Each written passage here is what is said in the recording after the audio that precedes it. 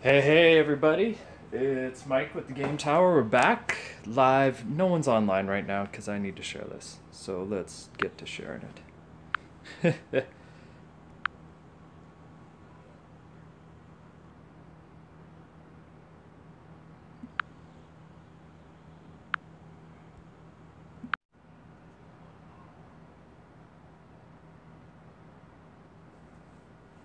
Hey, okay, we're back now. I've hooked up the connection and shared it about. Hopefully, get some viewers. Um, if not, let's crank this sucker open. So, got my trusty banana knife, as always. I'm gonna leave it closed right now, but I'll break it out later, maybe when people are actually watching. But as you might notice on the back here, I got the what is it called again? Sellsword V2 edition. I was not a fan of the name, didn't vote for it. Don't blame me. As I was able to get Sellsword version 1 off of a friend who kickstarted Zia. I did not, but I do have the only Kickstarter content for it. And so back in Embers, I got the Sellsword V2, which gives a player card, so you can actually use the original Sellsword. As you'll notice, this one's in yellow. We'll see it later. But the original Sellsword's in blue. It's the same model, just different coloring. And so you can turn the blue one into a player level 1 ship. So let's see what else. This should be an awesome expansion. Just to give you a heads up, there's a lot in this expansion that corrects issues with the base game. A new fame point track as well. Goes up to 20 on this side. Ah, that's right. These are the new event cards. So if you see up here, there's purple ones as well as yellow ones. I'm not sure, yeah, purple and yellow. So the purple are new, excuse me, new event cards, whereas the old yellow ones are the same fame point cards that are titles you could receive if you accomplished specific tasks within the original game. Okay, so these are the new ships. Void Wasp, interesting. That looks just like the Sellsword. Okay, so these are the Kickstarter extras.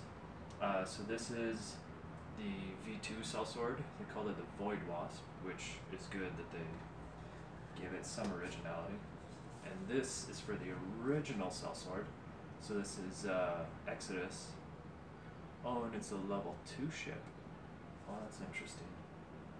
They made both of these level 2 ships rather than level 1. This is the new Vagabond. So these 3 models you'll get in the expansion if you buy it retail. So as you can see, the top one, the blue, is a level 1.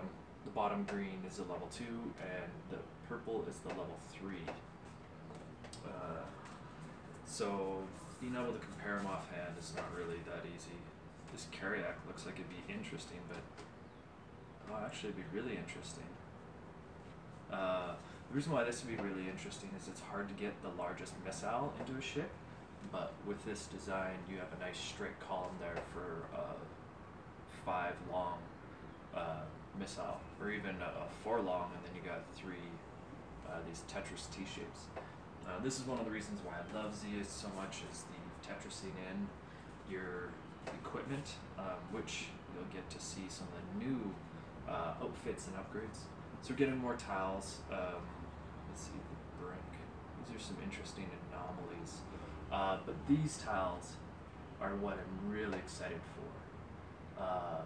There's singular shields. The GTS tile, though, if I'm recalling correctly, it will allow you to add to your die rolls. So you're not getting these skunked die rolls, which is the one downfall of a game that's based on random dice roll, is that you can just get bad rolls and then your ship literally goes nowhere. You're able to do very little because you can't travel, which sucks and is one of the downfalls of Zia. But with this new dice roll mitigation upgrades and outfits, that should really clear up that kind of problem of the game. You can also see here there's a new outlaw planet where you can trade anything into any. Oh, interesting. So you just swap out goods. So black trade market, so to speak. And this other one, Ruins of Drelmoth. Oh, interesting. It's a planet that you can try and mine. Oh. And then these little question mark tiles. Oh, you can trade in fame points for resources and credits. Very cool. That's a very cool addition. I mean, just having more spaces, more locations to dive into would be a lot more interesting. There we go. Let's wreck the drum. This one's the same kind of thing, a planet where you can essentially harvest in order to swap resources or credits. Oh, even outfits. You swap an outfit? Oh no, or you can buy outfits. That's what it is. You get a fame point. So if you harvest on these, you get 3 fame points or the option to trade or just receive money and outfits. Interesting. At least that's what the iconography looks like. I didn't fully look into these. When I kickstart games, I like to kickstart them and then forget about them and then be excited when they arrive. Nice, another gate, much desperately needed. Within the base game, there's only 2 gates and then 1 broken gate, so it's kind of lame that there's only 2 spots you can warp to and from, whereas this is much needed addition to the game as far as content's concerned. This is the ice asteroid, so that's some of what you're also going to see here in this next punch board. These ice damage, which we'll find those tokens here shortly, is going to be really cool. Should be a cool new feature where you could just get damage from the board, which is good because the way shields work in the base game, they're too powerful and it's really hard to kill one another, and that's kind of the entertaining thing about Z is the idea that you can go and hunt each other down. Base game played a lot towards just being a merchant, and this is part of the solution for that, is an economy board where when you trade in goods, there's only so much demand. When you sell them, they go on to here. So when you max out demand, no one wants them anymore. So it creates a supply and demand mechanic or system for the game, so that you can't just get in a loop of go to this planet, harvest, go to this planet, sell.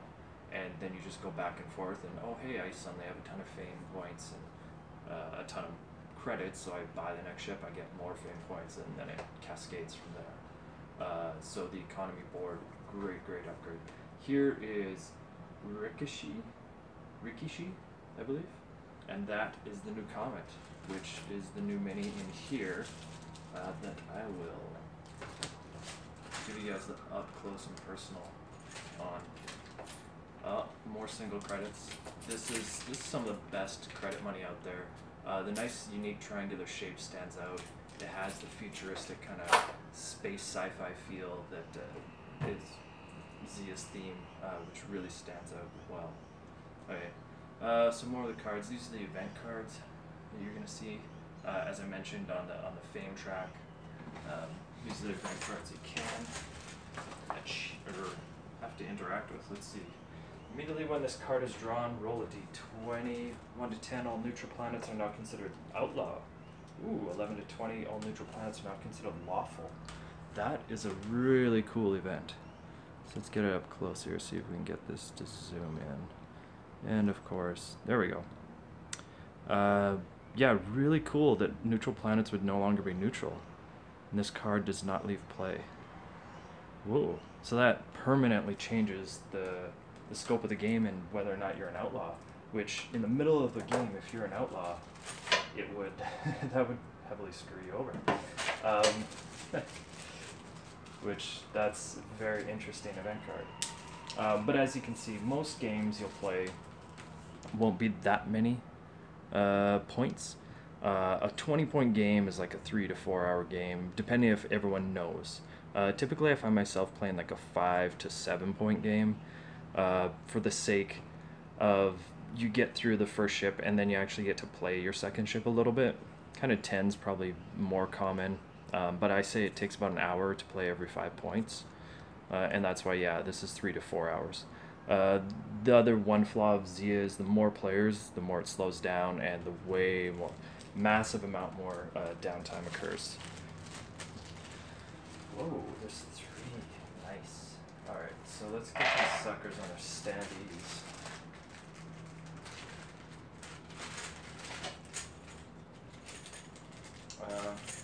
Yeah, let's go from level of coolness up to the new ships, because the new ships are the new cool. But to headline the new components is the Perloid resources, which have a nice, I don't know if it's really come through with all the shading. You know what? Rather foolish of me. There, some extra light, eh? How about that? So here you are. Get in focus.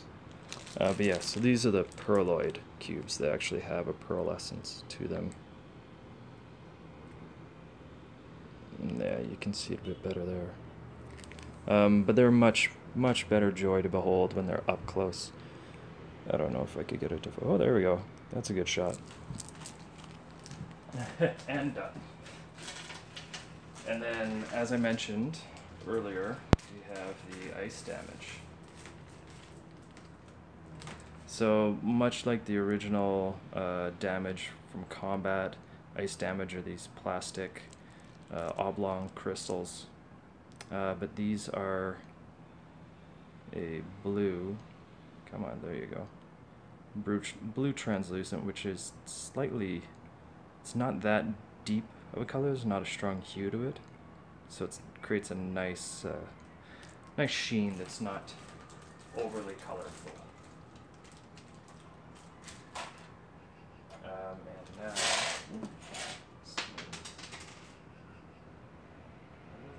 there it is.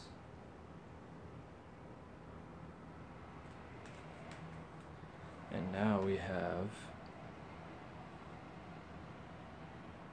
our comments. So these comments got revamped a few times. There's some hilarious references to the original designs looking like a sperm. And yeah, it did. I kind of like some of the other models. This one's a lot more authentic to the concept of what a comet should look like in theory, and theory is the main word because there is no evidence of comets other than photography, which is not as highly detailed as we're agreed with. Here's one of the new ships. This is the level 3 ship that I mentioned before with the long missile hull in the middle. So, very cool design. I think some of these other ones are even cooler though. Yeah, this is nice. And one of the beloved things about Zia is obviously the pre-painted aspect of the minis. I was going to get the background card for this, but so as you can see, kind of a gorgeous paint job. Highly detailed. You know, the windows are painted. It's quite nice. Let's bring it around to the jets. It's not quite. Can't really see it without the light on it. But even the underbelly of the ship is well painted and detailed, which is very cool.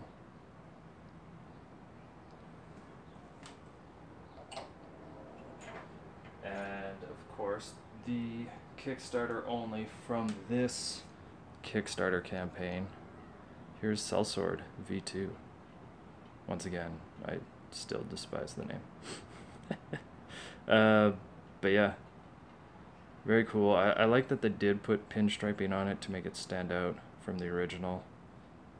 Cool asymmetrical ship shape with the singular wing. Oh, come on, camera.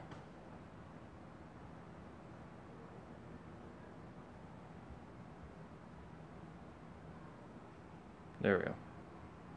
Gotta get to the sweet spot where it's in focus. Get some underbelly shot there. Yeah, very highly detailed minis. A lot of people think cool mini is the standard, but you got companies like Far Off Games and other smaller companies coming out, and they're swinging just as hard and heavy and gloriously colorful and highly detailed as even the big names for game board or board game producers. And this last one is very cool concept introduced into the game. Kind of offhand, forget it, but it is a type of merchant ship that will travel around much like the original merchant ship, but a much cooler model. Concept of the docking bays. I think you can dock right up to it. I'll have to double check the rules on this one, but a very cool mini nonetheless. And that is effectively all the content for Zia, Ember of a Forgotten Star. So let's quickly pack those up. And then we'll get on to Serenissima.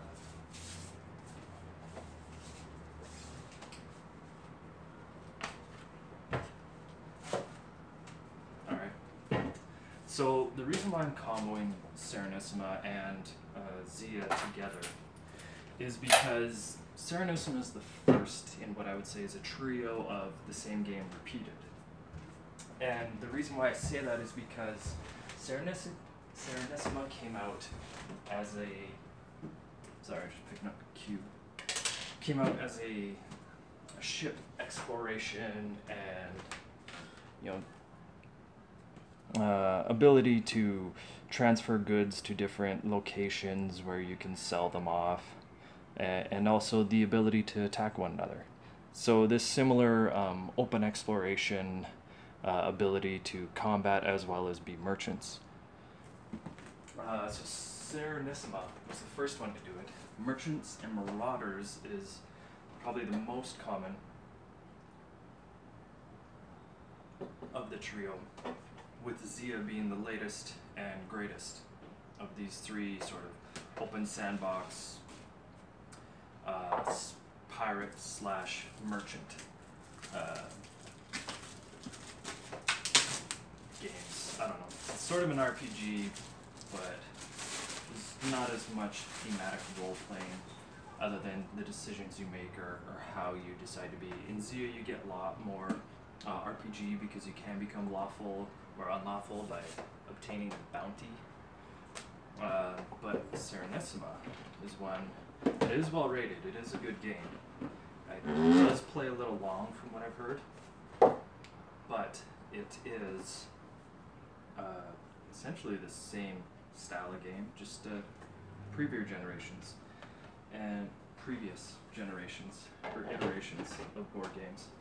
And this is one of the things that I'm about with my channel and my collection of board games, is that just because there's the cult of the new and Kickstarter and all these amazing minis, there's still really good games that existed before this cult of the new and before Kickstarter and before minis were pretty much standard for board game componentry. But one nice thing, only 8 pages to the rulebook, that's a good sign. A simple design is usually better than heavier complexity. There's a fair amount, but this, with the loading, that should take a lot. And you got movement. So your actions are to load up your goods, which has a page to it. Then your movement, a bit more straightforward, just one stance. And then, is it sail or battle? Oh, interesting. So sails here, and then battles on the next page.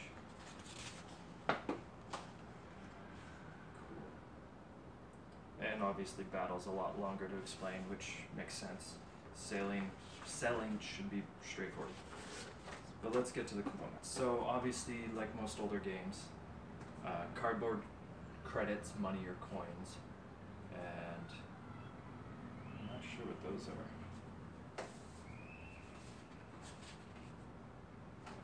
Basilica tokens, or fort tokens. So these are basilica and these are forts. So in this, I think you can kind of control the cities a bit. I'm not too sure. It's been a long time since I checked this out, but Serenissima has always been on my radar since I got Zia, which it seems, you know, like a downgrade to go backwards, but a lot of the best games are quite old. And just to cite some examples, Castles of Burgundy is still in the top 20 at least, if not the top 10 on BGG, and is a great game. Steffenfeld's a great designer. Don't ignore anything that he puts out. But yeah, this is, well, 2011. 2011, that's 6 years ago. Still the best one, even though the hype of the new tends to jostle the BGG ratings quite a bit. Wow, clumsy bit. Quite a bit. It's just bags. But this needs to be cut open. That didn't do it. But as you can see here, even with Serenissima being an older game, you still get really cool components, which are these ships that carry your resources and move around the board.